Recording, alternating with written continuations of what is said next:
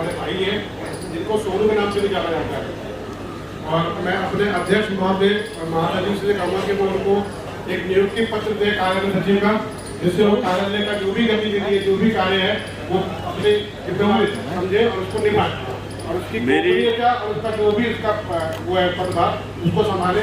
राजेश जी आए और अपना नियुक्ति पत्र अध्यक्ष महोदय से। आपके सचिव पद के कुशल कार्य को देखते हुए हर्ष के साथ कहना पड़ रहा है कि आपको सचिव पद से पदोन्नत करते हुए आपको कार्यालय सचिव बनाया जा रहा है। हमें विश्वास है कि आप इस पद की गरिमा रखेंगे और पूरी जिम्मेदारी से निभाएंगे।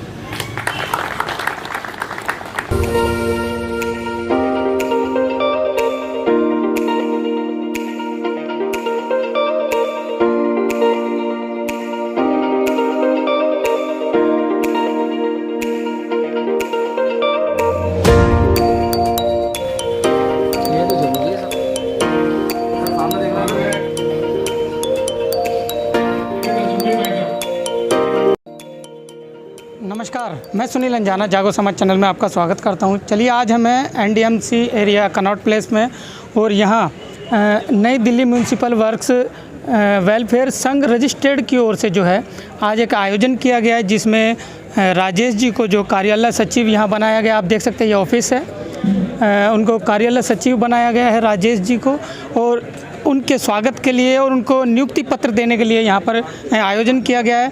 और यहाँ पर हम जो है आज जो समस्याएं हैं, मज़दूरों की समस्याएं हैं, कर्मचारियों की समस्याएं हैं, उन पर भी बात करने आए हैं। तो यहाँ पर सीनियर नेता जो है यहाँ पर मौजूद है, लीडर मौजूद है, तो उनसे हम चलिए प्रेस कॉन्फ्रेंस के जरिए जो है हम आपको पूरी चर्चा सुनाएंगे। आप सुनिए पूरी चर्चा के किस कर्मचारी को फ़ायदा हुआ, किसको नहीं हुआ और क्या आगे होने वाला है। 2 नवंबर को मैंने वो एक मीटिंग थी एमएचए के साथ, चेयरमैन एनडीएमसी की, सेक्रेटरी और डायरेक्टर पर्सनल। उसमें ये मसला था कि उनसे डिस्कस था, उनकी जो क्वारी थी उसका जवाब था। तो जब हम चेयरमैन से मिले तो उन्होंने कहा देखो भाई ये 100% हो गया है, हमने उनकी क्वारी का जवाब दे दिया है, और सेक्रेटरी जो होम सेक्रेटरी है उससे हमारी बात हो गई है, उन्होंने हमारी बात सुन ली है और ये कभी भी ये काम हो सकता है। तो मुझे तो बड़ी खुशी की बात थी, जो 6-7 साल से लोग परेशान थे आरएमआर वाले, वो जब चेयरमैन ये कह रहा है कि भाई ये 100% काम हो गया, तो हम तो मान रहे हैं उनकी बात, तो कुछ तो मानना पड़ेगा। डीटीएल के 3 जब उन्होंने वहाँ से 3 रिमाइंडर हो गया, उसका जवाब गया आज जी। कल हमारी मीटिंग हुई थी डायरेक्टर पर्सनल से, तो उसने कहा इसका जवाब चला गया। चेयरमैन ने भी कहा कि तुम्हें गलत इन्फॉर्मेशन है, इसका जवाब चला गया, लेकिन कोई जवाब नहीं गया था, वो जवाब गया है आज जी। तो उसके बाद में देखा जाएगा क्या होना क्या नहीं है जी। हाँ जी, तो रजौरिया जी ये बताइए कि अनुबंध के जो इसके करुणामूलक जो केस है, आपने लास्ट टाइम मैंने आपका इंटरव्यू किया था, उसमें आपने कहा था जी खुशखबरी मिल गई है, 56 लोग जो हो गए हैं, अब तक 4 महीने हो गए हैं, क्या स्थिति रही है, क्या 56 लोग हो चुके हैं? वो नहीं, आपने बताया 47 लोग थे, लेकिन 47 लोग में ये था कि किसी के तो पेपर जमा नहीं हो रहे थे जी। किसी का मतलब कोई एड्रेस गलत था जी। उसमें हमने खुद इतने मतलब हमारे सफाई कर्मचारियों में ज़्यादा कम से कम अनपढ़ ज़्यादा लोग हैं जी, और बहुत ही कम लोग पढ़े लिखे होते हैं जी।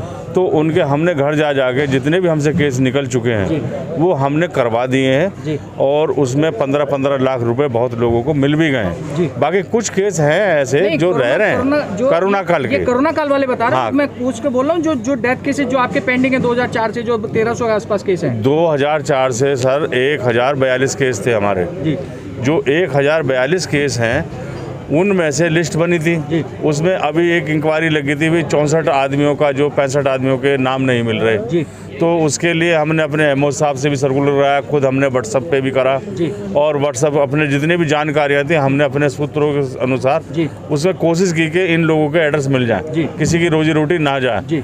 अब इस बात को चलते चलते 2 महीने हो गए, अब हमें सिर्फ 5 आदमियों के एड्रेस मिले इसमें। अब 5 आदमियों के मिल गए, चलो 60 रह गए। तो हमने तो अब ये कहा है जी, जब वो एड्रेस मिल ही नहीं रहे हैं, उनकी इंक्वायरी नहीं हुई है, तो जो पीछे लोग लाइन में हैं कम से कम उनको तो लगा दो, वो तो कम से कम आगे आए। भाई एक आदमी 2 साल से नहीं आ रहा, या उसका यही पता नहीं है कहाँ, कोई एड्रेस नहीं मिल रहा, डेथ हो गई, रिटायरमेंट हो गया, घर छोड़ के चला गया, कौन सी जगह चला गया, कहाँ चला गया, अभी तक किसी को पता नहीं। तो हम कल ये मैं लिख के भी देखा हूँ, मैंने कहा जी जो दूसरे लोग हैं जो और पीछे लाइन में, उनकी लिस्ट जारी कर दो, जो आदमी है उन्हें लगाओ। और मैंने डायरेक्टर साहब को कल यहाँ तक भी कह दिया, मन की एनडीएमसी में ये ऑटोनमस बॉडी है सर, इसमें 5% का कोटा कोई फिक्स नहीं होता है। इसमें सबसे ज़्यादा मरने वालों की रेस तो सफाई कर्मचारी की होती है। तो इस बात को मानते कहते हैं जी अब ये 5% का कोटा तो लागू है, तो ये तो पूरे भारत सरकार में मान के जी एनडीएमसी में नहीं होना चाहिए। मेरे पीछे पड़ोस में अभी आपने देखा होगा एमसीडी है। एमसीडी में क्या है कि अगर वहाँ किसी के घर में डेथ हो जाती है तो वो अपने कर्मचारी के एवज में उसी के परिवार में से रेगुलर मस्टोर पे लगा देते हैं। जब रेगुलर मस्टोर पे लग जाता तो उसका चौका चौका चल जाता है। उसके बाद वो जब जैसे पोस्ट निकलती है, जैसे भी इन्होंने कोटा फिक्स किया तो उसमें वो फिट हो जाता, वो बेचारा परमानेंट हो जाता। तो उसको ये आशा रहती है कि आज नहीं, आज 2 साल बाद, 4 साल बाद, 10 साल बाद मैं परमानेंट हो जाऊंगा। तो इसमें सर मेरा यही कहना है कि ये जो डेथ केस का मामला है हमने उनको सब समझा दिया है, लेकिन ये जल्दी से जल्दी 10-15 दिन का टाइम दिया उन्होंने हमें। अब 4 महीने पहले एक इंटरव्यू आपने किया था, उसमें कहा हो गया, खुशियां मनाइए, फिर आपने एक पोस्ट डाल दी कि दिवाली मनाइए। हम ये जानना चाह रहे हैं कि क्या नवल जी, पहली बात तो मैंने कोई पोस्ट नहीं डाला, नंबर 1, लेकिन हम कहीं तो विश्वास हमें करना पड़ेगा। अभी एक फाइल के पीछे लगे हुए थे डीटीएल वाले के, चेयरमैन साहब से हम मिले, चेयरमैन साहब ने हमें ये कह दिया कि भाई वो तो हमने भेज दिया, डीटीएल का मुद्दा तो हमने भेज दिया एमएचए, वो हो गया, लेकिन वो कल तक नहीं गया। जब हम कल मिले हैं तो वो फाइल बाबू जी दबाए बैठा। हमने बाबू से पूछा, अरे भले आदमी तुझे भी तो मिलना है, तू इसे दबाए बैठा कि जी मेरे को डायरेक्टर नहीं आदेश नहीं करे। तो इसका मतलब ये नहीं है कि अगर डायरेक्टर ही एक बाबू से कहेगा तो फाइल जाएगी। डायरेक्टर ने अपने बिहाफ पे सारा काम कर दिया। अब ये कमजोरी तो हमारी है, मेरे घर की है, मेरे परिवार की है कि जो उस फाइल को आगे नहीं पहुंचा रहे। कल वो जाके हम जब लड़े झगड़े हैं, मैं भाई गंगाराम जी तो और धर्म जी थे, हम कहीं जाके जब भिड़े वहाँ जाके, जब जाके वो कल, आज मेरे ख्याल से आज फाइल निकली है डीटीएल की। हमारा अभी डीटीएल कटा नहीं है, और कटा नहीं है तो हमें भी मिला भी नहीं है। हमने तो एक बात कह दी है, भाई हमें तुम 7/4/2016 तक फिक्स कर दो, जो फैसला जब एमएचए का होगा तो हम एमएचए से मान लेंगे। वो बात डायरेक्टर से या चेयरमैन से पता चलती है। देखो एक आईएएस अफसर है, अगर वही झूठ बोलने लगा तो उसमें मेरा तो कोई कसूर नहीं है। हाँ, अभी आपने कहा कि अधिकारी जो है वो गुमराह कर रहा है, आईएएस अधिकारी जो है वो गुमराह कर रहा है। यूनियन क्यों नहीं उसकी प्रॉपर्टी अटैच कराती और वो अधिकारी बैठे कैसे है, सीट पर बैठे कैसे है अभी तक? देखो मैंने जो अभी एक बात कही है, अगर आप मेरे से झूठ बोल रहे हैं, झूठ बोलता है नेता, अगर कोई झूठ बोलता है तो लगता है कि अभी वो नेता है, किसी पार्टी का नेता है। लेकिन कोई आईएएस अधिकारी या आईएएस अधिकारी अगर कोई रिटर्न में दे तो केस हो सकता है। लेकिन रिटर्न में उन्होंने हमें लिख के दिया नहीं है। अभी आपने खुद ही बताया ना, मिनट्स की कॉपी दी है, मिनट्स की कॉपी दी है। जब हमने 24/5/2000 हमने प्रदर्शन करा था, तब हमें मिनट्स की कॉपी मिली थी, और उसमें तो नरेश कुमार जी ने स्वयं लिख के दिया हुआ हमें। गौतम जी थे डायरेक्टर वेलफेयर, उन्होंने हमारी सारी मांगों को मान लिया था, और हमारी कोई ऐसी डिमांड तो है नहीं कि जो हम कोई नाजायज डिमांड मांग रहे हैं। लिया। अच्छा, करुणामूलक की आधार की अभी बात कर रहे थे, करुणामूलक आधार पर जो नौकरी लगाए जाते हैं आश्रित को, तो उसमें 5% कोटा आपने बताया कि एनडीएमसी के अंदर 5% कोटा है, लेकिन आप उसी आधार पर अभी आपने एमसीडी का भी हवाला दिया, तो उसी का हवाला देते हुए आप 100% क्यों नहीं कराते? सर इसमें कई बार मीटिंग हो चुकी हैं, और मीटिंग के मैंने एक मनीष गुप्ता जी थे जिनके आदेश थे जी, उसमें ये आदेश था कम से कम भी इसके घर वाले के घर परिवार में से एक आदमी को इसको कंटिन्यू आरएमआर लगा दिया जाए जी। वो ऑर्डर हमने नरेश कुमार जी चेयरमैन थे हमारे पूरे, जलद श्रीवास्तव जी थे, उनको दिया, लेकिन उस काम पे कोई मतलब कोई काना फूसी नहीं हुई।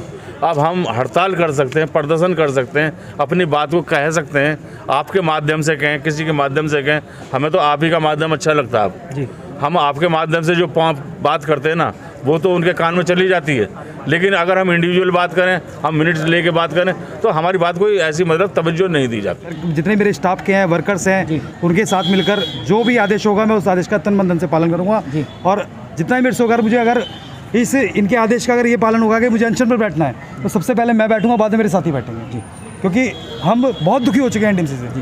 जिसमें हमारे बाप दादों की है, हमारी ईंटें लगी हुई हैं। ये 3 साल के लिए आते हैं, 3 साल के आने के बाद ये मालिक बन जाते हैं, 100 करोड़ का ये घोटाला कर देते हैं। उसके बाद हमें क्या मिलता है? हमें तो वही वो सैलरी मिल रही है। ये नहीं देखते कि एनटीएमसी को सफाई कौन कर रहा है, उसको ग्रीन कौन कर रहा है। हमारे वर्कर कर रहे हैं, ना कि ये लोग कर रहे हैं। हम लोग करते हैं।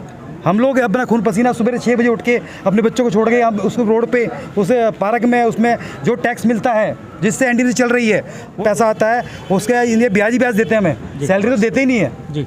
तो मेरा ये है कि इनका आशीर्वाद से बना रहे, ठीक है। जैसे इनका आदेश होगा मैं आदेश का पालन करूंगा। सुनिए जी, 2 मिनट में अपनी बात को खत्म करिए। 2 मिनट में बोलना चाह रहा हूँ। जैसे भाई साहब ने पूछा, सीनियर रिपोर्टर मैं 1 मिनट वाल्मीकि समाज से हूँ, वाल्मीकि कांग्रेसी नेता हूँ, और मैं ये कहना चाहता हूँ, अखाड़ा भीमदल का गुरु हूँ। जी। मैं ये कहना चाहता हूँ कि उन्होंने बहुत अच्छी बात बोली कि अभी तक यूनियनें मिलती हैं, चेयरमैन आरोप लगाते हैं, डायरेक्ट आरोप लगाते हैं, टीएमआर को आरएमआर जितने भी केस ये बताएं कि उन पे यूनियनें मिलती हैं, तो अभी तक क्यों मिलती हैं यूनियनें?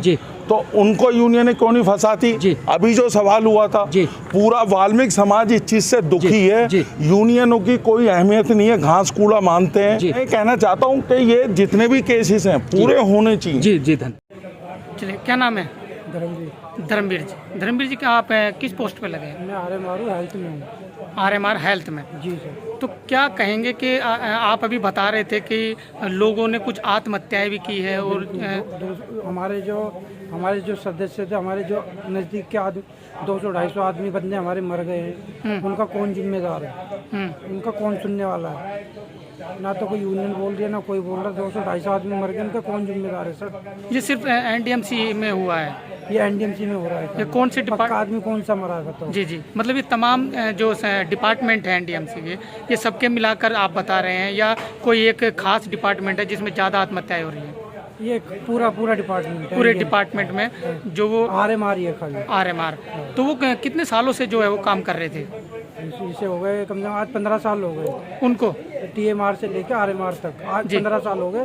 पक्के का भी कोई नामो निशानी नहीं है। पक्को कुछ भी नहीं करेंगे, नहीं करेंगे। जी करेंगे, नहीं करेंगे। तो देखिए, बड़ी एक कुठारा घात इसे कह सकते हैं कि एनडीएमसी की ओर से भी जो किया जा रहा है। पहले एमसीडी में हम सुनते थे, म्यूनिसिपल कॉरपोरेशन में पहले सुनते थे, लेकिन अब नगर पालिका एनडीएमसी में भी ये कुठारा घात जो है वो किया जा रहा है। क्योंकि ये देखिए, समाज के लोगों को, जवान युवाओं को जो है, महिलाओं को इसमें लगा दिया जाता है, और उसको एक मीठा जहर जो है वो दिया जाता है।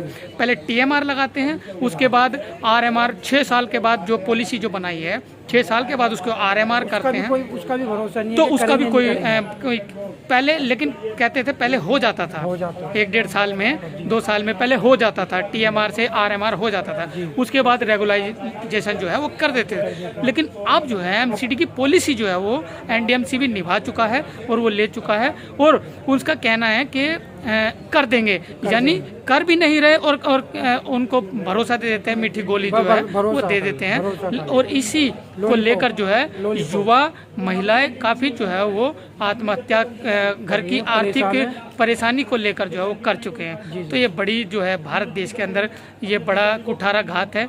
आप देख सकते हैं यहाँ पर तमाम यूनियनें और कर्मचारी जो है वो यहाँ पर इकट्ठा है। जो अभी आयोजन हो रहा था, और आयोजन जो है वो हो चुका है, लेकिन बड़ी अत्याचार वाली बात है कि यहाँ पर किसी की भी कोई सुनवाई नहीं है। जी सर। तो चलिए, ये हमने दिखाया पूरा जायजा। तो गंगाराम जी, राजौरिया जी और सुकाराम जी और अन्य सभी यहाँ पर जो मौजूद हैं, जो बड़े नेता हैं यहाँ मौजूद है, और सभी ने अपना हाल जो है, जो अधिकारियों से, जो चेयरमैन से जो भी उनकी चर्चाएं होती है, जो बात होती है, जिस पर फैसले होते हैं, तो वो उन्होंने बताए, और क्या काम होने वाले हैं और क्या वो करने वाले हैं, तो सभी उन्होंने बताए। तो यहाँ तक पूरा जायजा आज का आयोजन यही था कि कार्यालय सचिव जो राजेश जी को चुना गया है। तो इसके लिए जागो समाज चैनल की ओर से बहुत बहुत शुभकामनाएं हैं। तो चलिए, इसी के साथ मैं सुनील अंजाना, जागो समाज चैनल, आपका अपना चैनल। धन्यवाद।